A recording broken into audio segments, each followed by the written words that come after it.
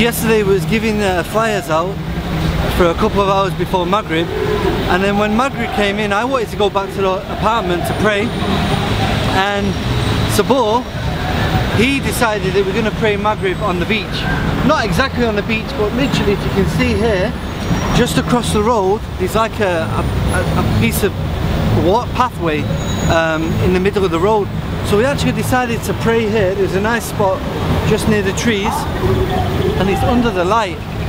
And what happened was I started to give the adhan and a couple actually walked over and started talking to you, didn't you? Yeah, they basically were saying that you gave them a flyer earlier on, and they wanted to talk to us because they couldn't find us. Yeah. But then amongst the whole beach, they saw us you doing the azan.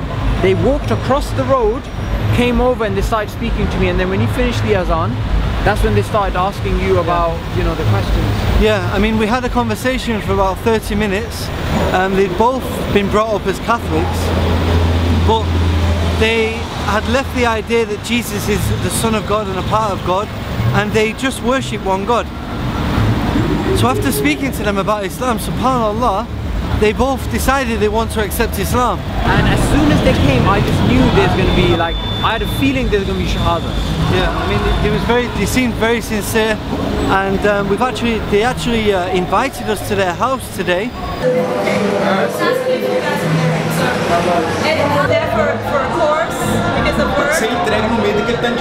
He says he thought it was interesting that you were handing out such a small piece of paper within, you know, among the crowd, and maybe not exactly the best way to get the attention, you know. And we read it was like a tactic scheme for a football game. And there was a sentence from the Quran in the middle. He was very surprised to see the sentence right in the middle.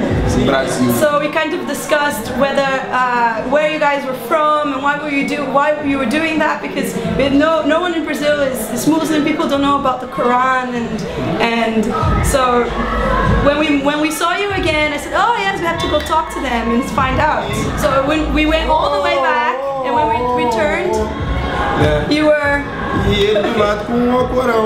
And he was reading the book, and so he decided to talk to you.